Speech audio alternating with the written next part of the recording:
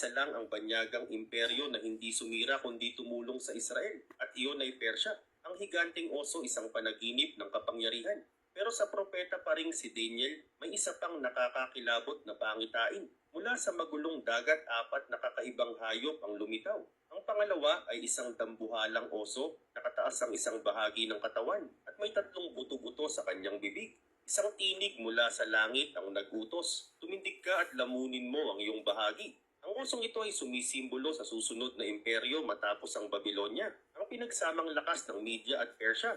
Kaya ito tabingi, dahil kalaunan ay lubusang mangunguna ang Persya sa Media. Ang tatlong buto-buto ay sagisag ng kanilang pinakamalalaking tagumpay sa digmaan. Lydia, Babylonia at Egypt, tatlong bansa na tuluyang bumagsak sa kamay ng Persya.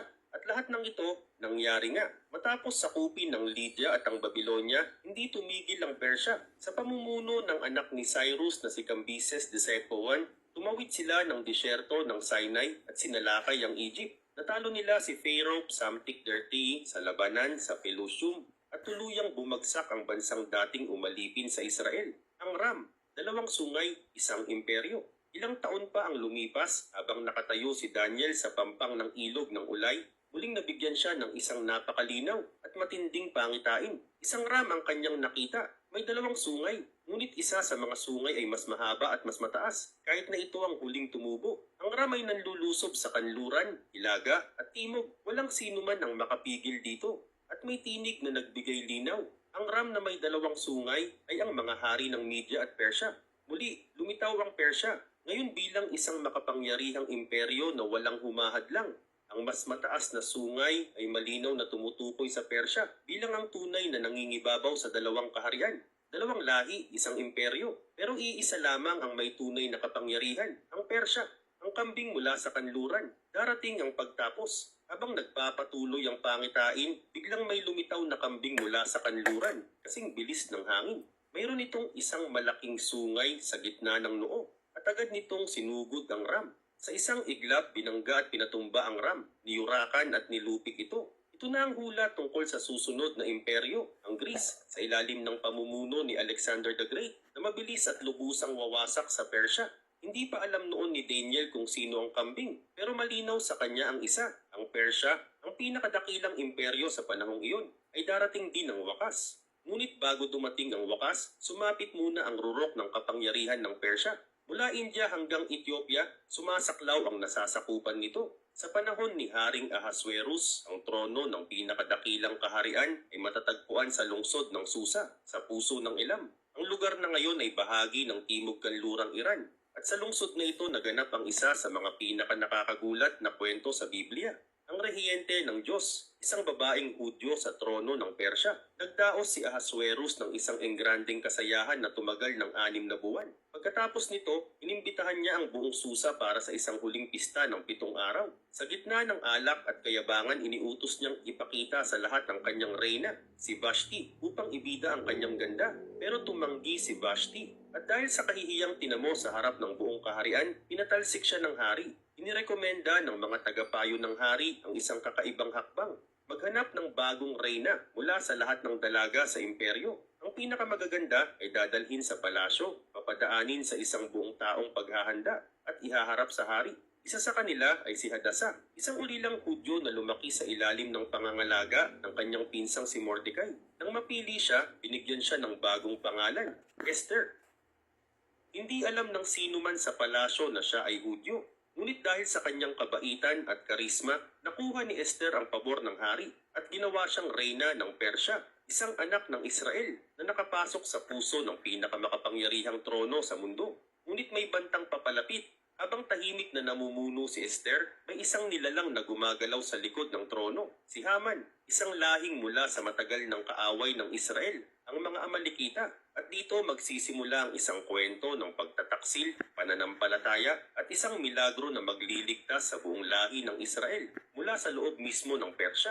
Si Haman, na ngayon itinaas sa pinakamataas na posisyon sa ilalim ng hari, ay pinaluhod ang buong kaharian bilang paggalang sa kanya. Pero may isang tumutol, si Mordecai, ang pinsan ni Esther. Dahil dito nag-alab ang galit ni Haman. Pero hindi siya nakontento sa pagpaparusa kay Mordecai lang. Binuo niya ang isang planong lipulin ang buong lahi ng mga Hudyo. Ang personal na galit ay naging isang nakamamatay na plano ng genocide. Lumapit si Haman sa hari at may pakunwaring malasakit isinumbong ang isang kakaibang lahi na anyay hindi sumusunod sa batas ng imperyo. Gamit ang kasinungalingan, naudyok niya ang hari na aprubahan ang isang kautosang papatay sa lahat ng Hudyo.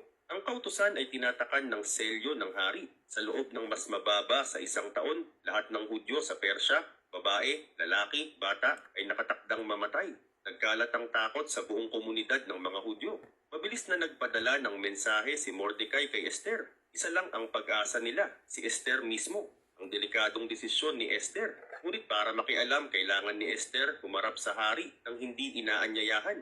Isang bawal na bagay na maaaring humantong sa kanyang kamatayan, maliban na lang kung iniabot ng hari ang kanyang setro. Matagal siyang nag-alinlangan, pero sa huli, pinili niyang ilagay sa panganib ang sariling buhay. Lumakad siya papasok sa trono at sa tulong ng Diyos, tumingin ang hari sa kanya at iniabot ang gintong setro. Pero hindi agad naglabas ng saloobin si Esther. Alam niyang ang tamang timing ang susi. Kaya inanyayahan niya ang hari at si Haman sa isang salo-salo. At pagkatapos muling inimbitahan sila sa pangalawang handaan.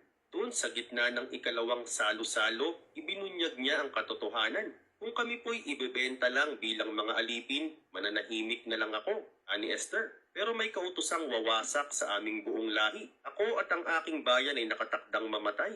Tumayo ang hari, galit na galit. Sino ang may lakas ng loob gumawa nito? Itinuro ni Esther ang nasa tabi niya mismo. Ang taong ito, si Haman.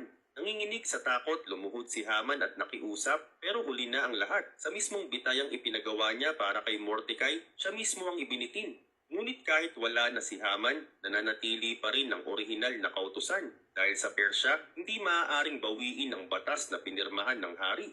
Kaya lumapit muli sina Esther at Mordecai at nagmungkahi ng bagong kautusan. Sa pagkakataong ito, pinirmahan ng hari ang bagong batas. Ang mga Hudyo ay may karapatang ipagtanggol ang kanilang sarili. Dumating ang araw na dating itinakda para sa kanilang pagkawasak, pero sa halip na kamatayan, ito'y naging araw ng tagumpay. Hindi nila namalayan ang mismong imperyong Banyaga ang naging kanlungan, trono at kalasag ng bayan ng Diyos.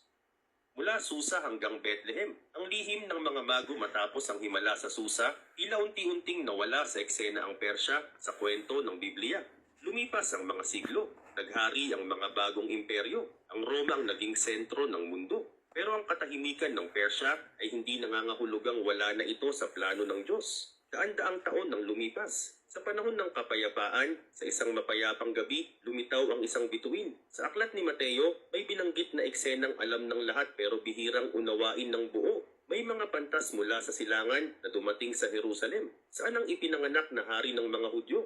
Sino ba ang mga pantas na ito? At bakit sila bumiyahe ng napakalayo base lamang sa isang bituin? Ang orihinal na salitang ginamit ay magoy mula sa Griego, na tumutukoy sa mga dalubhasang astronomo at pari mula sa silangan, mga pantas na may mataas na katayuan sa Persya. Bagamat hindi direktang sinabi sa Biblia ang kanilang pinanggalingan, malakas ang ebidensya na sila'y mula sa dating teritoryo ng Medo-Persian Empire, ang bansang kilala ngayon bilang Iran.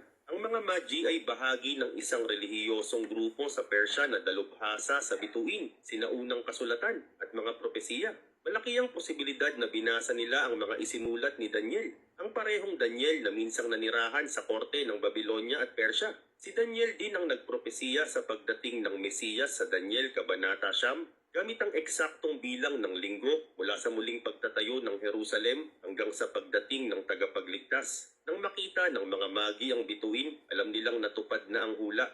3 regalo, isang dakilang pahayag. Iniwan nila ang kanilang mga tahanan.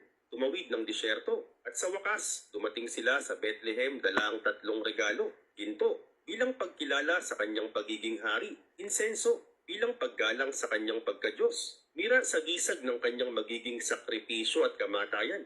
Habang tahimik ang mga pari sa Jerusalem, habang nagbabalak si Herodes na ipapatay ang bata, ang mga pantas mula sa silangan ang unang lumuhod sa tunay na hari. Ito'y hindi aksidente. Isa itong propesiyang natupad. Ang Persya, na minsang ginamit ng Diyos upang palayain ang kanyang bayan, ay ngayon ang kauna-unahang banyagang bansa na kumilala sa tagapagligtas. Mula simula hanggang sa sabsaban mula pa sa panahon ni Noah,